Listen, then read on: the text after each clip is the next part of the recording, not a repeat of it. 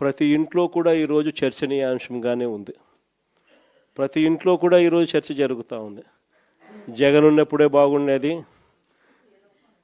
కనీసం ఆయన ప్రతి నెల ఏదో బటన్ నొక్కుతూ ఉన్నాడు,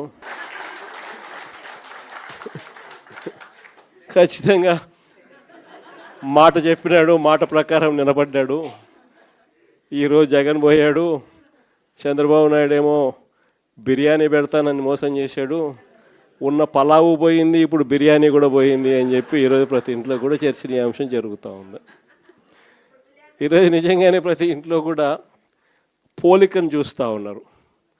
ఆ రోజు ఇదే రాష్ట్రం, ఇదే బడ్జెట్, ఇదే పరిస్థితుల్లో అప్పుడు ఇంకా దారుణమైన పరిస్థితులు, కోవిడ్ వచ్చి 2 సంవత్సరాలు అతి దారుణమైన పరిస్థితులు ఉన్నప్పటికీ కూడా ఎప్పుడూ కూడా ప్రభుత్వ కష్టాలను ఎప్పుడూ ప్రజలకు చూపించి ఎప్పుడూ కూడా పథకాలను ఎగరగొట్టాలి అని చెప్పి ఏ రోజు మన ప్రభుత్వం ఎప్పుడు ఆలోచన చేయలే.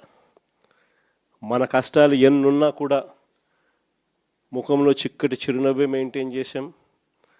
ప్రజలకు మాత్రం చెప్పిన ప్రతి మంచి కూడా చేసి చూపించిన ప్రభుత్వం మనది. కానీ ఎప్పుడైతే మనం ఓడిపోయినామో, ఎప్పుడైతే చంద్రబాబు నాయుడు గారి పాలన ప్రజలు మళ్ళీ తిరిగి చూశారో అప్పుడు తేడా కనిపిస్తూ ఉంది.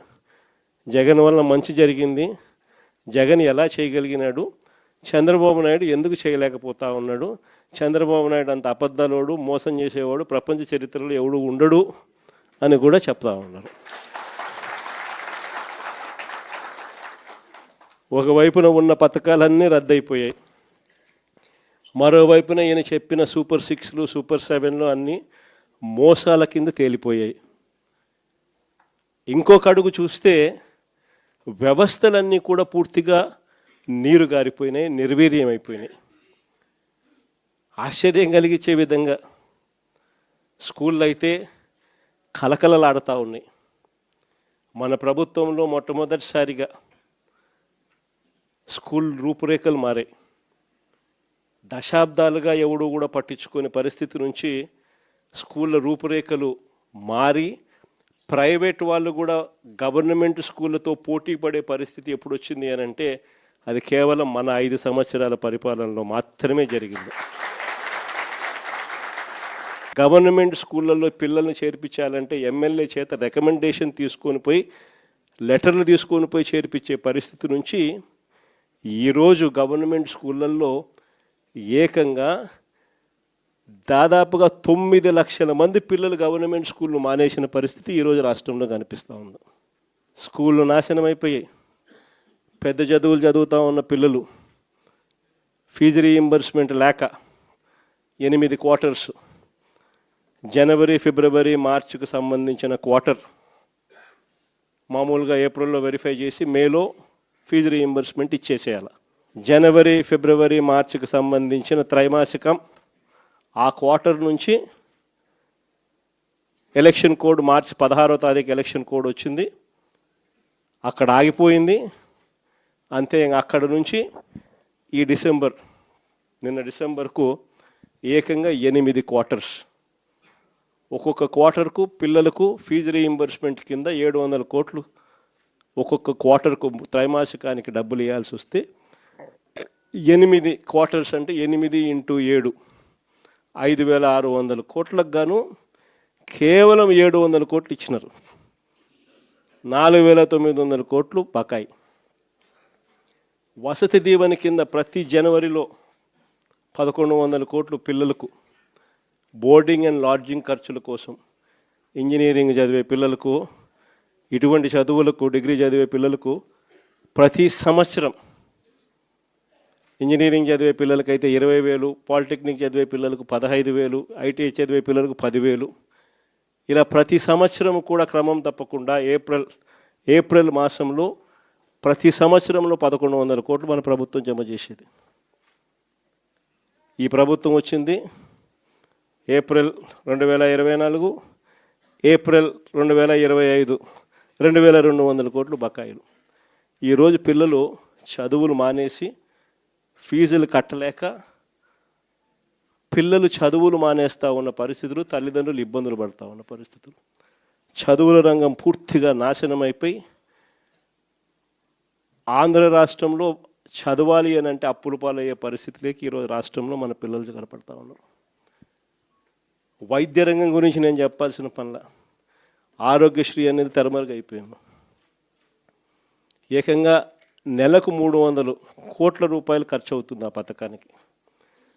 ప్రతి పేదవాడికి, ప్రతి మధ్యతరగతి వారికి ఏకంగా 25 లక్షల దాకా ఉచితంగా పేదవాడికి వైద్యం అందించే పరిస్థితి మన ప్రభుత్వం. 3300 ప్రొసీజర్లకు విస్తరించి 25 లక్షల దాకా ఉచితంగా పేదవాడికి వైద్యం అందిస్తూ, పేద మధ్యతరగతి వారికి వైద్యం అందిస్తూ మన ప్రభుత్వ హయాంలో ఆరోగ్యశ్రీని నాన్న ఈ లెవెల్లోకి తీసుకొస్తే మనం ఈ లెవెల్లోకి తీసుకుని పోయి నడిపించినాం. ఈ రోజుకి దాదాపుగా 20 నెలలు ఇంటూ 300 కోట్లు అంటే దాదాపుగా 6000 కోట్లు. ఈ రోజుకి కూడా బకాయిలు ఎంత ఉన్నాయంటే 4000 కోట్లు పైచులకు ఈ రోజుకి కూడా బకాయిలు. నెట్వర్క్ హాస్పిటల్ బోర్డులు తిప్పేశాయి, పేషెంట్లను మేము చూడము అని చెప్పేస్తూ ఉన్నారు. ఈరోజు ఆరోగ్యశ్రీ అనేది హాస్పిటల్లో కనపడని పరిస్థితుల్లోకి చంద్రబాబు నాయుడు ప్రభుత్వంలో జరుగుతూ ఉంది. 104, 108 మన ప్రభుత్వ హయాంలో కోవిడ్ టైంలో కూడా ఫ్లాగ్ చేసి 104, 108 వెహికల్ మొత్తం పంపించి కొత్త వెహికల్స్ తీసుకొని వచ్చి ప్రతి మండలానికి పంపించిన కార్యక్రమం మందైతే ఇప్పుడు ఆ వెహికల్స్ అన్నీ కూడా పడకేసినాయి. తెలుగుదేశం పార్టీకి సంబంధించిన డాక్టర్ లివింగ్ హెడ్ అంటే ఎవడో కేవలం 5 కోట్ల రూపాయలు కూడా లేనోడు 104, 108 వాహనాలు కాంట్రాక్ట్ ఇచ్చినారు. పూర్తిగా బండ్లన్నీ పడుకున్నాయి, స్కాములు చేసినారు. పూర్తిగా బండ్లు రాక ఈరోజు 104, 108 ఫోన్ చేస్తే 2 గంటల తర్వాత వస్తామని చెప్తున్నారు. 108కి ఫోన్ చేస్తే ఆరోగ్యశ్రీ అనేది పూర్తిగా పడకేసింది.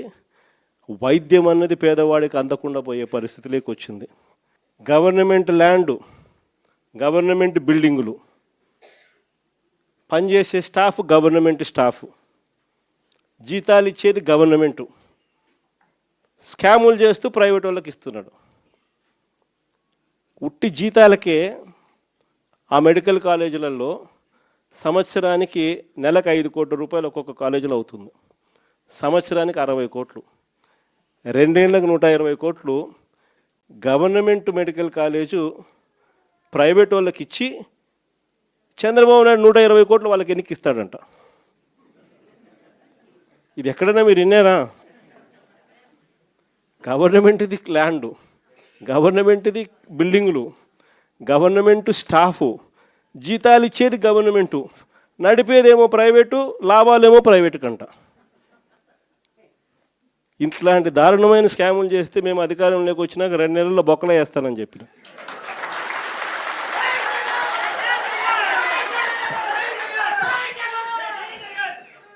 మనం ఎప్పుడైతే ఆ మాట చెప్పినామో అప్పుడు ఒక్కడు కూడా ఆ స్కాములు లేక మేము రాము, మాకు చంద్రబాబు నాయుడు ఈ కాలేజీలు వద్దు అని ఏకంగా చంద్రబాబు నాయుడుకి చెప్తా ఉన్న పరిస్థితులు మొట్టమొదటిసారిగా కనిపిస్తూ ఉన్నాయి. ఇంకా వ్యవసాయం గురించి నేను చెప్పాల్సిన పనుల, ఏ పంటకు గిట్టుబాటు ధరలు రావడంలా, ఎక్కడ చూసినా దళారీ వ్యవస్థ, చివరికి ఎరువులు కూడా బ్లాక్లో కొనుక్కోవాల్సిన పరిస్థితిలోకి మొట్టమొదటిసారిగా రాష్ట్రంలో చూస్తూ ఉన్నాం. మన ప్రభుత్వ హయాంలో ఉన్న ఆర్బీకేలు ఈ పొద్దు తెరమరుగైనాయి. మన ప్రభుత్వం హయాంలో ఉన్న ఈ క్రాప్ వ్యవస్థ ఈరోజు నీరు గారిపోయింది. మన ప్రభుత్వ హయాంలో ఉచిత పంటల బీమా ఈరోజు కనపడకుండా పోయింది. మన ప్రభుత్వ హయాంలో ఉన్న సీజన్ ముగిసేలోగానే సీజన్లో జరిగిన నష్టాన్ని మళ్ళీ తిరిగి రైతులకు ఇస్తున్న ఇన్పుట్ సబ్సిడీ ఈరోజు కనపడకుండా తెరమరుగైపోయింది. చివరికి రైతులకు ఈయన ఇస్తానన్న అన్నదాత సుఖీభవ అని చెప్పి ఈయన ఇస్తానన్న కూడా మోసంగా తెగిపోయింది. సంవత్సరానికి 20,000, 2 ఏళ్ళకు కలిపి 40,000, ఇచ్చింది 10,000, 30,000 ఎగనామం. రైతుల పరిస్థితి ఈరోజు ఎందుకురా నాయనా చంద్రబాబుని తెచ్చుకున్నాము అనే పరిస్థితిలో ఈరోజు రైతులు బాధపడతా ఉన్నారు. మీరే చూడండి, వ్యవసాయం, చదువులు, విద్య, వైద్యం, ఈ 3 ఏ ప్రభుత్వమైనా కూడా తమ బాధ్యతగా నడిపే వ్యవస్థలు. 3 వ్యవస్థలు పూర్తిగా కుప్పకూలిపోయినాయి. నాలుగో వ్యవస్థ లా అండ్ ఆర్డర్. ఈరోజు రెడ్ బుక్ రాజ్యాంగంతో నాలుగో వ్యవస్థ పూర్తిగా దిగజారిపోయిన పరిస్థితిలోకి ఈరోజు కనిపిస్తూ ఉంది. మరి ప్రభుత్వంలో ఈయన ఉండేది ఎందుకు ఈయన ముఖ్యమంత్రిగా పరిపాలన చేస్తూ ఉన్నాడు? అందరికీ అన్ని ప్రైవేట్ అనేసరికి ఆ ముఖ్యమంత్రి కుర్చీ కూడా ప్రైవేట్కి ఇచ్చేయచ్చు కదా. ఎందుకు అన్ని ప్రైవేట్ అనేటట్టుగా అయితే ఈయనకి ఎందుకు ఓటు వేయాలా? ఈయన ఏం చేయడానికి అని చెప్పి అక్కడ ఉన్నాడు. ఇలాంటి పరిస్థితుల్లో ఎవరైనా ప్రజలు ప్రశ్నిస్తే చంద్రబాబు నాయుడు గారికి అసహనం, వాళ్ళ మీద కేసులు పెట్టడము, వాళ్ళ మీద తనకున్న కోపాన్ని చూపించడము, ఇవన్నీ కూడా జరుగుతూ ఉన్నాయి. ఇలాంటి పరిస్థితుల మధ్య నిజంగా వైఎస్ఆర్ కాంగ్రెస్ పార్టీ ప్రజలకు తోడుగా నిలబడే కార్యక్రమం చేస్తూ ఉంది. ప్రజలకు ఏ కష్టం వచ్చినా, అక్క చెల్లెమ్మలకు ఏ కష్టం వచ్చినా, రైతన్నలకు ఏ కష్టం వచ్చినా, పిల్లలకి ఏ కష్టం వచ్చినా కూడా వాళ్ళందరి తరపున జెండా పట్టుకొని పోరాటం చేస్తూ ఉన్న పార్టీ ఒక్క వైఎస్ఆర్ కాంగ్రెస్ పార్టీ మాత్రమే.